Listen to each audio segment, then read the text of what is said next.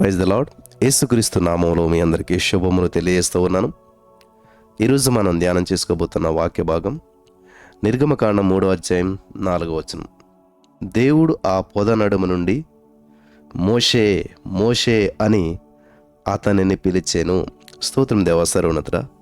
ఈరోజు ఈ యొక్క వాక్యపు వెలుగులో మమ్మల్ని నడిపించి బలపరిచి కృప చూపించమని, సమస్త మహిమ మీరే తెచ్చుకోనమని యేసు నామములో ప్రార్థించిన మేము పొందుకుని ఉన్నాం తండ్రి, ఆమెన్. ఈరోజు నీ వాక్యం వింటున్న ప్రియమైనటువంటి సహోదరి స్నేహితులరా, గతంలో మంచి జీవితం జీవించారు. ఊహించని సంఘటనల వల్ల ఒంటరితనంలో గందరగోళంలోకి వెళ్ళిపోయారా? ప్రజెంట్ గందరగోళంలో ఉన్నారా? దిక్కుతోచిన పరిస్థితిలో ఉన్నారా? ఏం చేయాలో తెలియక ఏదో ఒక మూలన ఏదో పని చేసుకుంటూ ఉన్నారా? ఎస్, గతంలో చరిత్ర చూసినట్లయితే మోసే గారి పరిస్థితి అదే. మంచి జీవితం రాకుమారుడిగా జీవించిన మోసే ఈరోజు గొర్రెల కాపరిగా ఏదో చిన్న పని చేసుకుంటూ అక్కడ ఉండిపోయాడు. ఒంటరిగా ఉండిపోయాడు, అరణ్యంలో ఉండిపోయాడు, దిక్కుతోచిన పరిస్థితిలో ఉండిపోయాడు. అటువంటి పరిస్థితిలో ఉన్నటువంటి మోసేను దేవుడు పేరు పెట్టి పిలుస్తున్నాడు. హల్లెలూయా.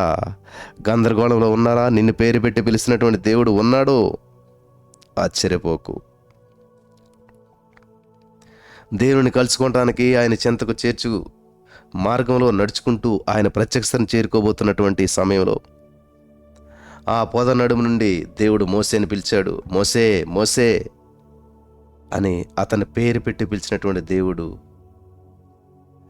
దేవుని పిలుపుకు మోసే ఎంత ఆశ్చర్యపడి ఉంటాడో. అసలు ఇక్కడ మండుచున్న పొద ఎందుకు కాలిపోతుందో, అసలు మండుచున్నటువంటి పొద ఎందుకు కాలిపోకుండా ఉన్నదో చూడటానికని చెప్పి ఆ వైపు వెళ్తున్నటువంటి మోసే ఏదో వింత చూద్దారే, ఏంటి పొద కాలిపోవట్లేదు, అగ్ని ఉన్నది, ఏదో చూద్దారని చెప్పి వెళ్తున్నటువంటి మోసేను దేవుడేమో పేరు పెట్టి పిలిచాడు. బహుశా కంగారు పడి ఉండొచ్చు. కానీ దేవుడు మోసేను తన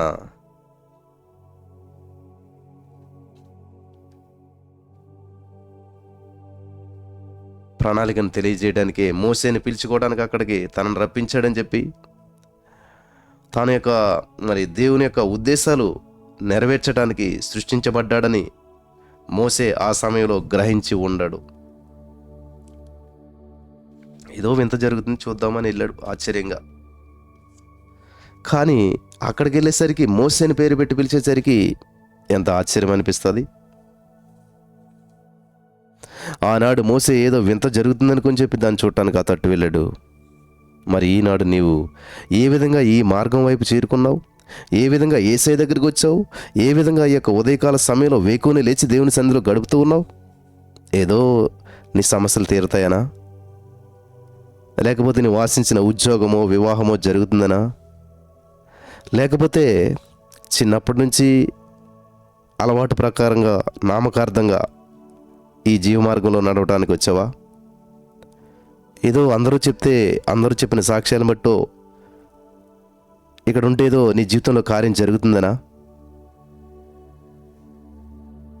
లేదా ఆయనే మార్గము, ఆయనే సత్యము, ఆయనే జీవము అని గుర్తెరిగి దేవుని చేరుకొని నిత్య నరకం నుంచి తప్పించబడటానికి, రక్షించబడటానికి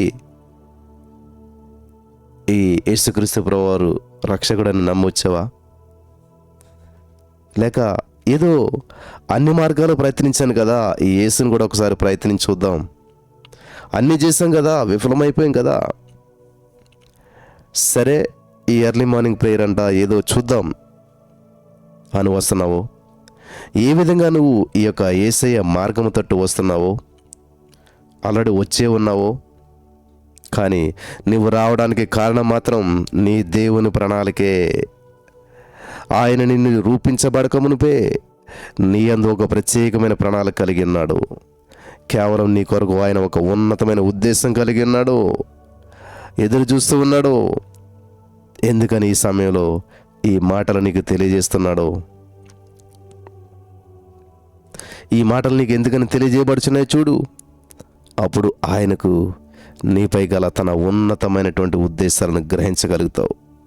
ఎందుకంటే ఆయనకు మాత్రం తన యొక్క చిత్తాన్ని నీకు తెలియజేయాలనేటువంటి ఈ యొక్క మాటలు నీకు అందిస్తున్నాడు. నిన్ను పిలుస్తున్నటువంటి నీ దేవుని పిలుపును విని దానికి లోబడు. బహుశా ఈ పిలుపుకు నీవు తగినటువంటి వ్యక్తిని కానని అనుకుంటున్నావేమో. ఏదో యాదృచ్ఛికంగా ఈ మాటలు నీకు తెలియజేయబడుతున్నాయని, అందరికీ తెలియజేయబడినట్లే నాకు ఇవి అందించబడుతున్నాయి కానీ మరీ వేరే ప్రత్యేకత ఏమీ లేదని అనుకుంటున్నావా?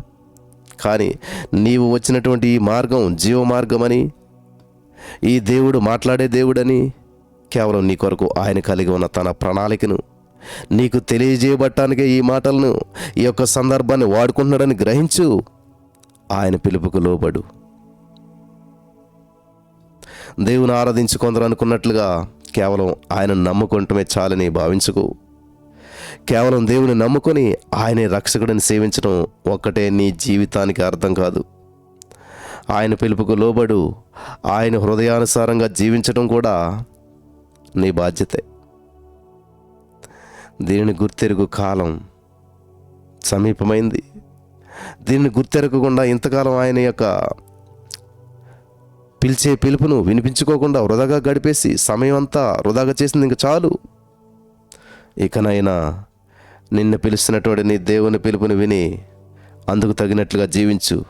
ఎంతకాలం కేవలం నామకార్థమైనటువంటి భక్తితో బంధించబడి ఉంటావు? ఎంతకాలం నీ దేవుని పిలుపును వినిపించుకోకుండా తిరుగుతావు? నీ ప్రభువు నిన్ను ఎంతో ప్రేమించాడు కాబట్టే నీకు తన మాటలను తెలియజేస్తూ ఉన్నాడు. మరొక్కసారి తన యొక్క వాక్కును నీకు వినిపింపజేస్తే నీవు దానికి లోబడి ఆయన పిలిచినటువంటి పిలుపుకు నిన్ను నీవు అప్పగించుకుంటావనేటువంటి ఉద్దేశంతో ఈ మాటలు నీకు తెలియజేస్తూ ఉన్నాడు. కాబట్టి అలక్ష్యంగా ఉండొద్దు. దేవుడు పిలుస్తున్నటువంటి ఈ పిలుపును నిర్లక్ష్యంగా చూడకు. అది నీకెంత మాత్రం క్షేమం కాదు. కనుక ఈ క్షణమే ఆయన పిలుపును విని అందుకు తగినట్లుగా నేను నీవు సిద్ధపరచుకో.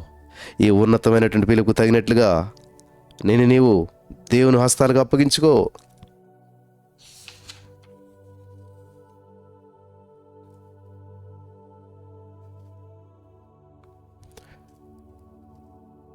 నీ పిలుపు తగినట్లుగా జీవించటానికి ప్రభా అని చెప్పి నువ్వు మోకరించి ఈ సమయంలో దేవుని వైపు నీ చేతులు చాచి ప్రార్థించినట్లయితే నాతో పాటు ఏకీవించండి. ప్రభా, ఇదిగో నీ పిలుపు తగినట్లుగా జీవించడానికి నన్ను నేను నీ చిత్తానికి సమర్పించుకొని మనసును నాకు ఇచ్చినందుకు నీకు వందనాలు ప్రభా.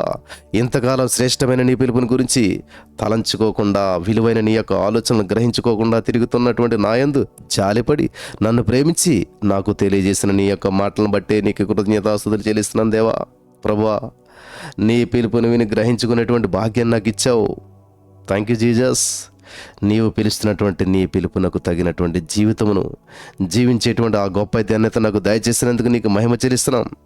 నీ చిత్తానుసారమైన వ్యక్తిగా నేను ప్రవర్తించినట్లుగా నీవు నా కొరకు ఏర్పరిచిన ప్రణాళిక యందు నన్ను స్థిరపరిచినందుకు నీకు మహిమ చెల్లిస్తున్నాను.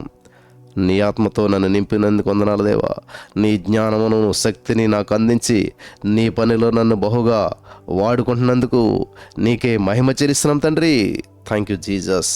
సమస్త మహిమ ఘనత ప్రభావాలు మీకు ఆరోపిస్తూ యేసుక్రీస్తు నామములో ప్రార్థించి నమ్మి పొందుకుని నమ్మ పరమ తండ్రి.